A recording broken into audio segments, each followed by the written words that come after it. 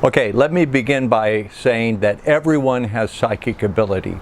Everyone has had a psychic experience, whether they believe it or not, whether they realized it or accepted it. All of us have a consciousness field that we generate that is embedded and is part of a greater field of universal consciousness. Our brain acts as a filter to filter that out to exist in this 3D reality. It's a filtering device, and it's very often denied or denounced or suppressed. Natural psychics have a little more bit of a more open pathway, so they naturally can do it. Remote viewers are taught a structured methodology, a protocol, which actually changes the neural pathways in our brains so that we're able to establish communication with the greater field of subconscious, and that's how we do that. So I've been doing it for 25 years, and one of the side benefits is that I don't want to say I can talk to dead people, but I can. People come to me in my dreams very often. And just about everyone that's been close to me that has passed away, I've had really good experiences in dreams. And I think that's probably common with most people, and many people would say, well, that's not communicating with dead people, that's just you having a dream and your mind making that up. But my friend dies, I dream that I'm at a party with him, and I go up to him and say, I thought you were dead. And he looks at me with this funny look and shakes his head and says, no, it's death. Okay, so I need to preface this story by explaining that I'm not into pop culture food. I don't eat out much, and I don't go for the new fad desserts, and one of which, I'm told, is called bubble tea.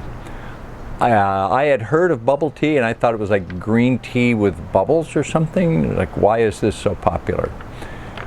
Never had it, never been in a place that sold it, had no desire for it. It was just not any part of my existence, bubble tea.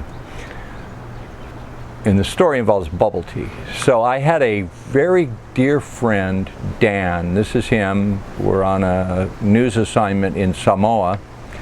And I worked with him for 30 years, and we were very close. And he passed away in June.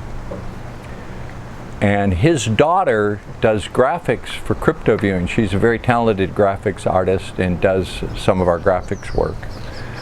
And so after her father passed, we gave her a little space. You know, we didn't have her doing work for us. And it was time to see if she wanted to get back to work. So corporate said, Dick, can you get a hold of Alicia? And I thought, okay, I need to email her tomorrow. What am I going to say? You know, I wanted to, sorry about your dad. How do you write to a young woman who's lost her father? So I was thinking about how I would do that. Well, that night, Dan came to me in a dream. And in the dream, Dan and I were at a counter, and I was about to order something like a soft drink, or not a bubble tea. Probably most likely what Dan and I had ordered together over the years would have been an ice cold Budweiser, to be frank with you. But in my dream, Dan said, no, we've got to get bubble tea. I want bubble tea. He said, bubble tea.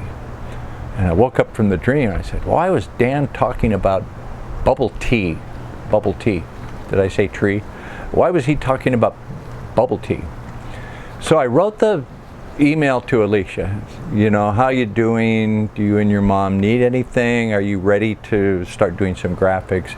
And by the way, I had a very vivid dream about your father where he was talking to me about bubble tea. And this is what she wrote back. She writes, getting bubble tea was one of the things that me and my dad did all the time. We went almost weekly, and he usually drove through Waikiki while we drank the bubble tea on the way home. In fact, he actually would often pick me up on the way back from visiting your apartment, and we would get it as a snack. It was one of my very favorite things to do with him. I've really been missing that, and hearing that it came up in your dream made me happy. I've attached a picture that we took together one day when we got bubble tea back in 2016. There's the picture. So, do you believe that Dan came to me in a dream and gave a message to his daughter the best way he could, or do you believe that's a coincidence? At the very least, I think it gave his daughter some happiness and helped her through her difficult time. But there are no dead people. You don't really die. Your frequency goes to another place and you go on and you leave this physical body behind. Our DNA is a coded way to turn matter into a bodysuit, and the soul comes into it, and we have this experience, we have a job to do here, we do it, and then we go on. So I'd like to hear your comments about that. Was bubble tea a coincidence, or was that a message?